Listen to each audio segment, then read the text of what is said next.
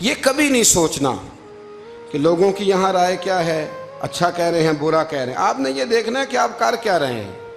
اگر اچھا کر رہے ہیں تو پھر آپ منزل پر صحیح ہیں، پھر آپ نے رستہ چھوڑنا نہیں، آپ نے سفر بڑا سادہ سا کام ہے آج کل ہمارے ہاں. اگر خاندان کے اندر، قبیلے کے اندر دو لوگوں کے رشتہ ہو سکتا ہے، لڑکا اور لڑکی ہمارے اپنوں کے ہیں اور ہماری تھوڑی سی مداخلت سے معاملہ ٹھیک ہو سکتا ہے، تو میں نے یہ دیکھا ہے کہ بڑے بوڑھے، سارے نہیں لیکن اکثر الا ماشاءاللہ، وہ مداخلت نہیں کرتے. ان کی تھوڑی سی کوشش تھے خاندانوں میں جو تھوڑی تھوڑی باتیں ہیں وہ دور ہو کے رشتے ہو سکتے ہیں، وہ کوشش کیوں نہیں کرتے؟ میں نے یہ کہتے ہوئے لوگوں کو سنا ہے کہ بعد میں جو شکایتیں آئیں گی وہ کون پوری کرے گا؟ آپ کے بہو اور بیٹے کی جو شکایتیں ہیں وہ کون پوری کر رہا ہے؟ آپ کر رہے ہیں نا؟ اگر آپ یہ دیکھیں یہ کام کتنا اچھا ہے کہ آپ نے دو گھروں کو ملا دیا. نبی کریم علیہ السلام نے حضرت ربیہ بن کعب کا نکاح بھی کرایا ہے، حضرت اسامہ بن زید کا بھی حضور نے رشتہ کرایا ہے.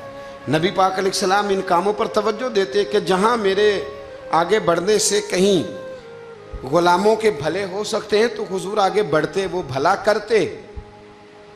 ہمارا کردار کمزور ہو جاتا ہے، ہم کہتے ہیں جی وہ شکایتیں، وہ جو علماء آئیں گے تو وہ کس نے لینے ہیں؟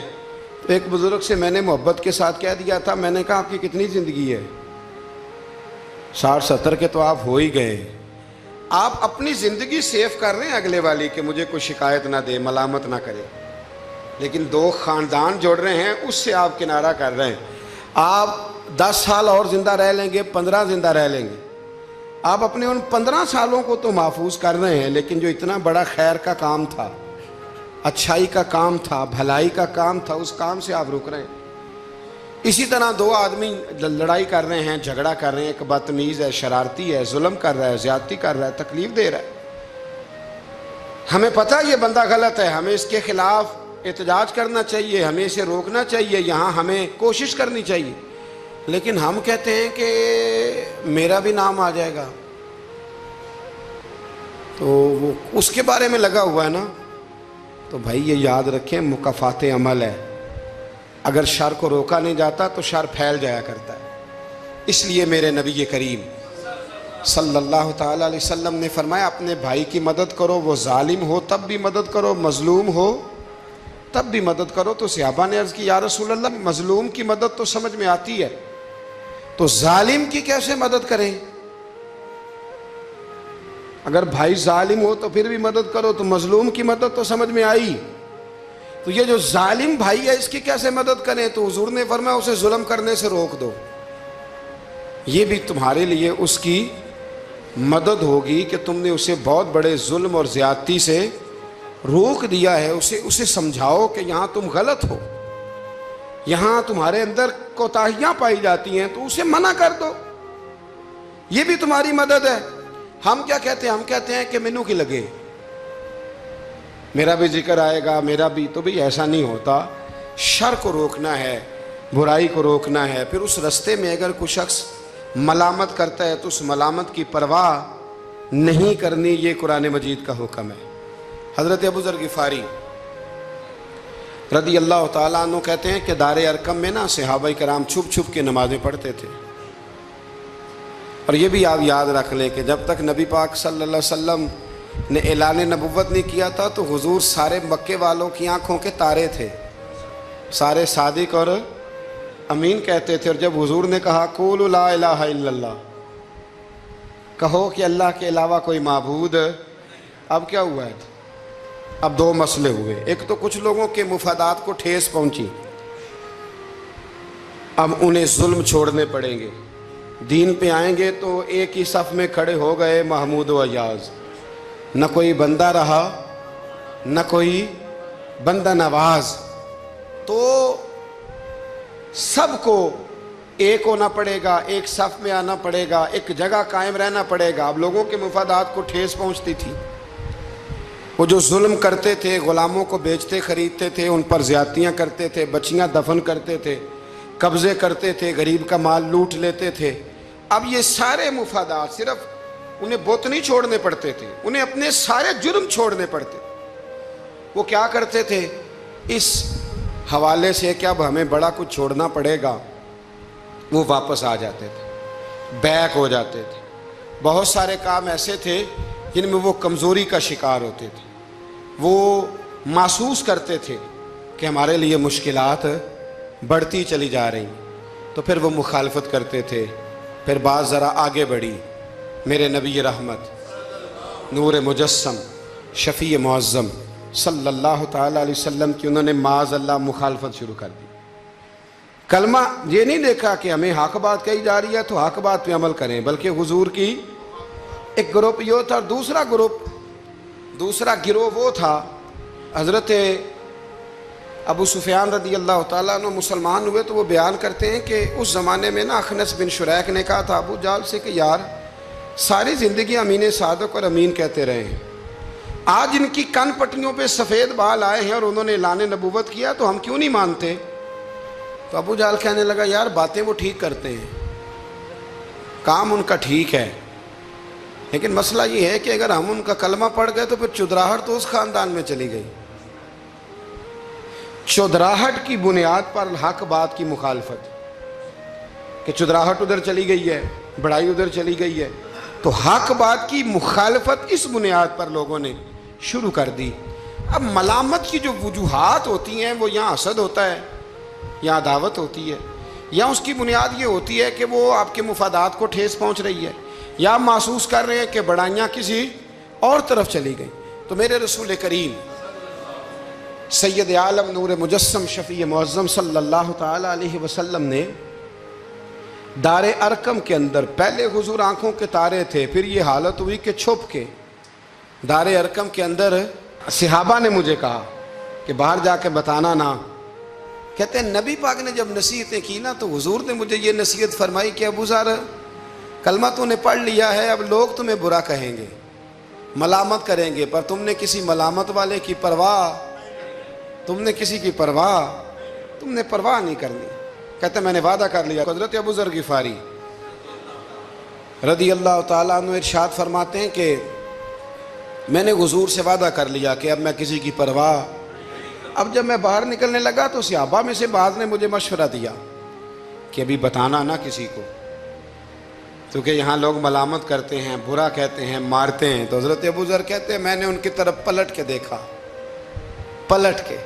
اور میں نے کہا بھائی اب جو جس کے دل میں آتا ہے وہ کہے، غلامی کر لی ہے تو اب کر لی ہے، کلمہ پڑھ لیا ہے تو اب پڑھ لیا ہے، اب جس نے جو کہنا ہے وہ کہے، جو کرنا ہے وہ کرے، بات ختم ہو گئی، اب طے جو کر لیا ہے، اب تیرے ہو جو گئے، اب تیرے ساتھ نسبت ہو جو گئی تو اب تیرے ہیں۔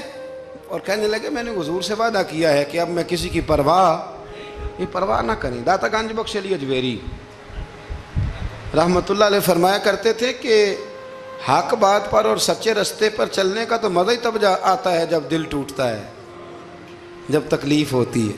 تو رب فرماتا ہے مجھے ڈھونڈنا ہو تو ٹوٹے ہوئے دلوں کے پاس ڈھونڈا کرو، میں ٹوٹے ہوئے دلوں کے پاس ملتا ہوں، مجھے ڈھونڈو تو وہاں جا کے ڈھونڈو، میں ٹوٹے ہوئے دلوں میں ملتا ہوں، وہاں مجھے تلاش کرو، میں وہاں ملوں گا۔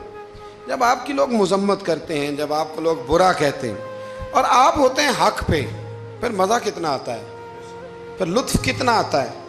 آپ بظاہر تکلیف میں ہوتے ہیں لیکن وہ جو آپ کے اندر کی، اور پھر آپ کو وہ چیزیں محسوس کرنے بھی مزہ آتا ہے کہ نبی کتنی تکلیف میں رہے، رسول کتنی۔ ایک بات میں نے سورہ اعراف میں دیکھی،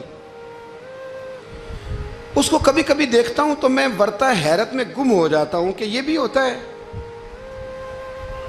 حضرت موسیٰ اللہ کے بڑے لاڈلے نبی ہیں یار، وہ پیغمبر رب کریم کے، وہ رسول کہ جن کا اللہ تعالیٰ نے قرآن مجید کے کم و بیش ہر پارے میں تذکرہ فرمایا ہے، اور اللہ کے وہ لاڈلے نبی جن کے لیے رب کریم نے دریا کو کہا کہ رستہ چھوڑ دے، 12 رستے بن گئے۔ اللہ کے وہ نبی جن کے لیے اللہ نے من و سلوہ نازل فرمایا، اللہ کے وہ رسول جو پتھر پر اپنا عصا مارے تو اللہ 12 چشمے پانی کے جاری فرما دے، اللہ کے وہ نبی جو اپنا عصا، اپنی چھڑی زمین پر پھینک دیں تو وہ اژدہا بن جائے۔ حضرت سیدنا موسیٰ کلیم اور سب سے بڑی بات یہ جن سے رب خود باتیں فرمائے، اللہ جن سے کلام فرمائے۔ ابن یعقوب کو اللہ نے صورت بخشی، ید بیضا کی کلیم اللہ کو نعمت بخشی، ہر نبی کو کوئی عزت کوئی عظمت بخشی، پر میری سرکار کو بے پردہ زیارت بخشی، میری سرکار کو بے پردہ زیارت بخشی۔ تو نبی کریم علیہ السلام سے قبل حضرت موسیٰ علیہ السلام کتنا اللہ نے شان دیا ہے، لیکن حضرت موسیٰ کے آنے سے پہلے بنی اسرائیل کے بچے قتل ہونے لگے۔ آپ نے ساری بات سنی ہوئی ہے، فرعون نے خواب دیکھا تھا، پھر بچے قتل کرانے لگے کہ وہ بچہ پیدا نہ ہو۔ اور پھر حضرت موسیٰ تشریف لائے تو بنی اسرائیل کو کچھ جہاد بھی کرنا پڑا، اس کے فرعون کے خلاف لڑنا بھی پڑا، آگے بھی بڑھنا پڑا۔ تو سورہ اعراف میں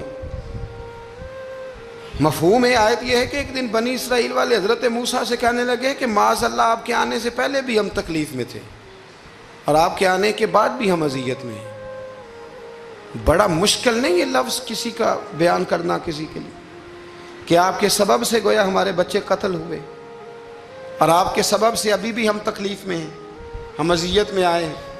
میرے بھائیوں، پھر سچ کہا تھا نا حضرت سعد بن عبادہ نے کہ یا رسول اللہ ہم حضرت موسیٰ کی قوم نہیں، ہم حضرت موسیٰ کی قوم نہیں جو آپ سے کہیں گے آپ لڑیں یا آپ کا رب لڑے۔ حضور ہم تو آپ کے غلام ہیں، آپ جہاں جہاں اشارہ کرتے جائیں گے ہم سر قربان کرتے جائیں گے۔ ہم وہ نہیں ہیں جو کہیں گے آپ لڑیں اور آپ کا رب لڑے۔ حضور ہم حاضر ہیں اور حاضر رہیں گے، جاننے دیں گے، گردنیں کٹائیں گے، حاضر ہیں اور حاضر، بولیے حاضر ہیں اور حاضر، غلامان محمد جان دینے سے نہیں ڈرتے، یہ سر کٹ جائے یا رہ جائے کچھ پرواہ نہیں کرتے۔ تو رسول کریم صلی اللہ تعالی علیہ وآلہ وسلم سے قبل آپ دیکھیے حضرت موسیٰ کے لیے اتنی بڑی بات کر دی جناب موسیٰ کی قوم کہ حضرت موسیٰ پھر بھی دین حق کی بات کرنے سے پیچھے ہٹے۔ یہ اللہ کے بندوں کا طریقہ رہا ہے کہ وہ ملامت کی پرواہ، کس کس صوفی کو برا نہیں کہا گیا۔ آپ صوفیاء کے حالات پڑھ کے دیکھ لیں، ان پر فتوے ہیں، کسی پر کوئی ہے اور کسی پر کوئی ہے۔ آپ علماء، سب علماء کو نکال کے دیکھ لیں، کسی پر لوگوں نے کوئی چارج شیٹ لگا دی ہے، کسی پر کوئی فتویٰ دے دیا ہے، کسی پر کوئی بات کر دی۔ لوگ مخلوق تو فنکار ہے اس درجہ کے پل بھر میں، سنگے در کعبہ سے بھی اصنام تراشے، تم کون ہو کیا چیز ہے داغ کبابی، لوگوں نے تو مریم پہ بھی الزام تراشے۔ لوگ کیا کرتے ہیں؟ لوگ مشائخ پر الزام لگاتے ہیں، برے الزامات معاذ اللہ۔ اعلیٰ حضرت فاضل بریلوی نے بعض لوگوں پر فتوے دیے تھے، یہ بڑا مشکل کام ہوتا ہے لوگوں کی اصلاح کی بات کرنا۔ اعلیٰ حضرت نے 4 بڑے لوگ تھے جن کو لوگ بڑا جانتے تھے، ان کی غلطیوں پر انہیں تنبیہ کی اور کہا کہ اگر آپ رجوع کر لیں، توبہ کر لیں تو آپ کے لیے دروازہ بھی کھلا ہے۔ لیکن سب زور لوگوں نے اس بات پہ لگا دیا کہ وہ شدت پسند تھے، ملامت کی، ان کے خلاف کتابیں لکھی، جانے کیا کیا کہا۔ ان کی اس ایک بات کو لے کر جو کہ عین حق تھی لوگوں نے شدت پسند کہا، اور جو فاضل بریلوی نے ساری زندگی عشق رسول کا درس دیا، جو 1000 سے زیادہ کتابیں لکھی، جو انہوں نے رسول اللہ کے ترانے لوگوں کو یاد کرائے، جو انہوں نے ہر عنوان پر قلم اٹھایا، لوگ ان کی خدمات کو بھول گئے۔ یاد رکھو، تنقید کی اینک لگا کے دیکھو گے تو ساری دنیا غلط ہی نظر آئے گی، اور محبت کے ساتھ دیکھو گے تو اللہ نے کائنات میں بڑا حسن رکھا ہوا ہے۔ رب کی مخلوق بڑی پیاری ہے، بڑی شاندار ہے، بڑی بندہ نواز ہے۔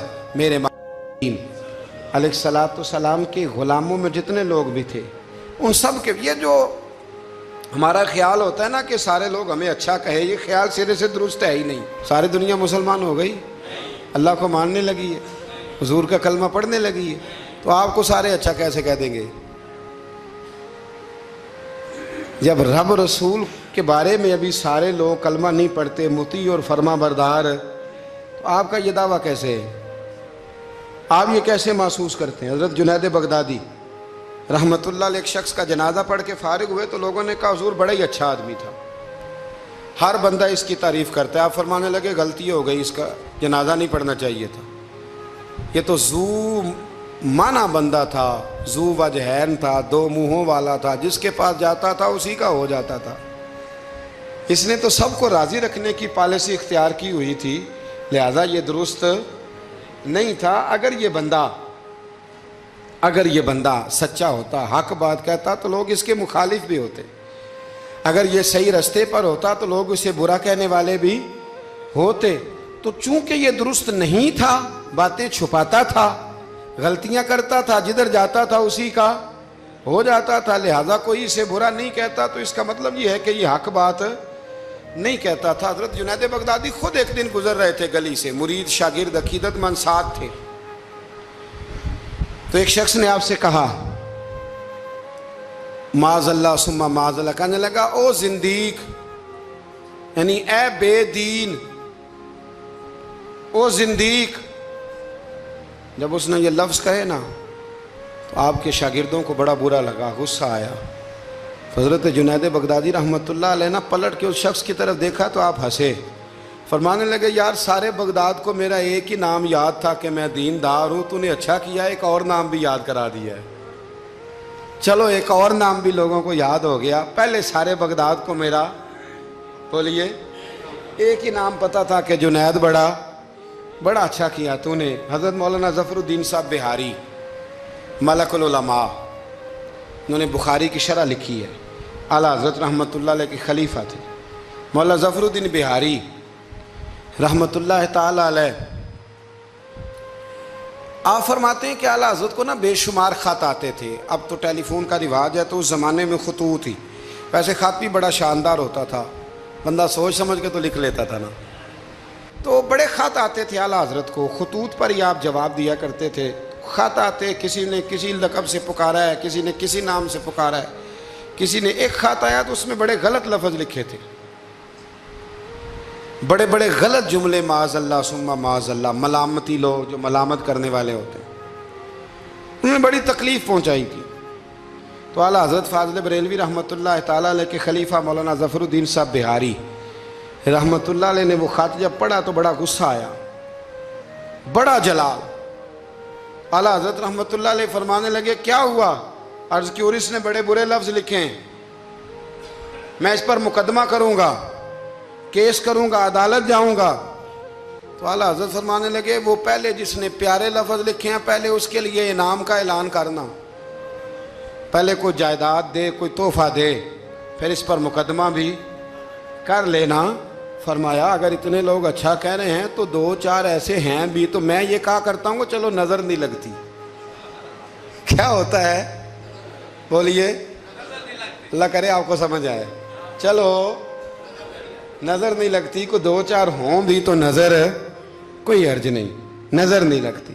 اعلیٰ حضرت فرمانے لگے یا تو ان کو انعام دو، ان کے نام جائیداد کراؤ، تو پھر تکلیف دینے والوں پر مقدمے بھی کر لینا، تو اگر وہاں تمہیں انعام نہیں دے رہے تو پھر یہاں تمہیں مقدمہ کرنے کی حق بات پر، سچی بات پر آپ مستقل مزاجی اختیار کریں، آپ ٹھہریں، پھر آپ کو کوئی کیا کہہ رہا ہے، کوئی آپ کے بارے میں کیا بیان کر رہا ہے، پھر آپ اس بات سے نکل آئیں، پھر آپ اس سے نکلیں۔ میرے نبی رحمت نور مجسم شفیع معظم صلی اللہ تعالی علیہ وسلم طائف کے بازار بھی چلے گئے تھے، عکاظ کی منڈیوں میں بھی حضور چلے گئے، نبی پاک نے ایک کافر کے ہر سوال کا جواب دیا، اور جب دین کی تکمیل ہونے لگی مدینہ منورہ میں تو کافر ختم ہوئے تو منافق کھڑے ہو گئے، پوری صورتیں ہیں منافقین کے بارے میں، ادھر سے معاملہ ختم ہوا تو ادھر سے کبھی حضور کے علم پر اعتراض کرتے ہیں، کبھی حضور صلی اللہ تعالیٰ علیہ وسلم کے صحابہ پر شکوہ کرتے ہیں، کبھی کوئی بات کرتے، کبھی کوئی بات کرتے، لیکن میرے حبیب کریم علیہ السلام نے ہمیشہ ڈٹ کر، کھڑے ہو کر، استقامت کے ساتھ ہر بات کو سنا، اور امت کو یہ پیغام دیا کہ تم نے سچی بات پر کھڑے رہنا ہے، تم نے دائیں بائیں پلٹنا نہیں ہے۔ امام احمد بن حنبل رحمۃ اللہ ہے، امام احمد بن حنبل بہت بڑے امام تھے، 14 جلدوں میں کتاب لکھی آپ نے حدیث پاک کی، مسند امام احمد بن حنبل، اور کلیجہ ٹھنڈا ہو جاتا ہے امام صاحب کی تحریریں پڑھ کے۔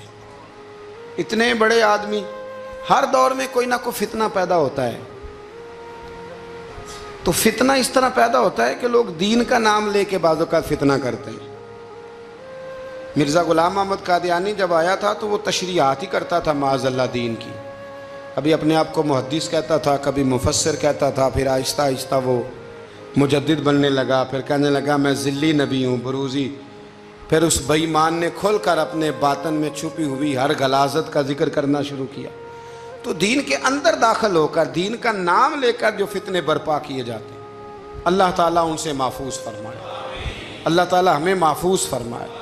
دین کا نام لے کر، لبادہ اوڑھ کر، لائسنس لے کر دین کا جو فتنے لوگ برپا کرتے ہیں، بڑے خطرناک، بڑے خوفناک وہ بھی فتنے ہوتے ہیں۔ حضرت امام احمد بن حنبل کے زمانے میں ایک فتنہ اٹھا تھا خلق قرآن کا، خلق قرآن کا، کہ قرآن اللہ کی تخلیق ہے یا اللہ کا کلام ہے۔ لوگ گنجائشیں نکالتے ہیں نا اس طرح کے جملے کہ لوگوں کو کیسے قرآن پاک سے یا حضور کے فرمان سے یا دین سے دور کیا جائے، تو تعویلات کرتے ہیں۔ ایک فتنہ تھا، امام صاحب نے ڈٹ کے فتویٰ دیا کہ قرآن مجید اللہ کا کلام ہے، یہ اللہ کا کلام ہے، حضور علیہ السلام پر نازل ہوا ہے۔ امام صاحب نے اعلان کیا، ڈٹے، تو بادشاہ وقت نے آپ کو قید کر دیا، پولیس بھیجی، امام صاحب کو پکڑ کے لے گئی۔ جیل میں جانا کو برا نہیں، سارے جیل میں قیدی برے نہیں ہوتے، جیل میں تو حضرت یوسف بھی رہے ہیں، حضرت یوسف علیہ السلام بھی جیل میں، سارے لوگ جرم کر کے نہیں آئے ہوتے، کچھ عدل کر کے بھی جیل میں آئے ہوتے ہیں۔ لیکن اس کا کوئی غلط ترجمہ نہ کر لینا، جیل میں برے بھی ہوتے ہیں، برے بھی جیلوں میں اپنی مرضی کی لائنیں بھی لوگ بنا لیتے ہیں نا، تو اچھے لوگ بھی بعض اوقات بعض آزمائشوں کے سبب جیلوں میں جاتے ہیں۔ امام احمد بن حنبل کو جب گرفتار کر کے لے گئے نا، تو امام صاحب کچھ دن جیل میں رہے، جب واپس تشریف لائے امام احمد بن حنبل رحمۃ اللہ علیہ، جب آپ واپس تشریف لائے تو آپ کے صاحبزادے کہتے ہیں کہ ابو الحسن نام کا ایک چور تھا، ابو الحسن نام کا پکا چور تھا۔ پکے چوروں کا بھی سب کو پتہ ہوتا ہے نا، سارا بغداد جانتا تھا کہ پکا چور ہے۔ لیکن امام صاحب کچھ مہینے جیل میں رہ کے واپس آئے تو ہر نماز کے بعد اس چور کے لیے دعا کرتے، کہتے اللہ ابو الحسن پہ رحم فرما، اللہ اس پر، حد ہو گئی حضرت، چور سے ملاقات۔ اب آپ جیل جائیں گے تو ایسے لوگوں سے ملاقاتیں تو ہوں گی نا، قاتلوں سے بھی، چوروں سے بھی، دہشت گردوں سے بھی، تخریب کاروں سے بھی۔ امام صاحب کی ملاقات ہو گئی تھانے میں، جیل میں، ہر نماز کے بعد دعا کرتے۔ آپ کے صاحبزادے کہتے ہیں میں نے ایک دن کہا ابا جی اس چور کے لیے آپ دعا کرتے ہیں تو نماز میں بڑے نمازی شریک ہوتے ہیں، کسی نمازی کا خیال کہیں جاتا ہے، کسی کا کہیں جاتا ہے، تو آپ بتا ہی دے بات کیا ہے۔ تو امام صاحب فرمانے لگے یار ہے وہ چور، پر اس نے مجھے ایک بہت بڑی نصیحت کر دی، چور نے۔ ہم تو محدثین اور علماء کی بات نہیں نہ سنتے، تو نصیحت لینے والے کہتے ہیں جہاں سے اچھی بات ملے وہاں سے لے لو۔ کہتے ہیں چور نے مجھے ایک نصیحت کی، حضور وہ کیا؟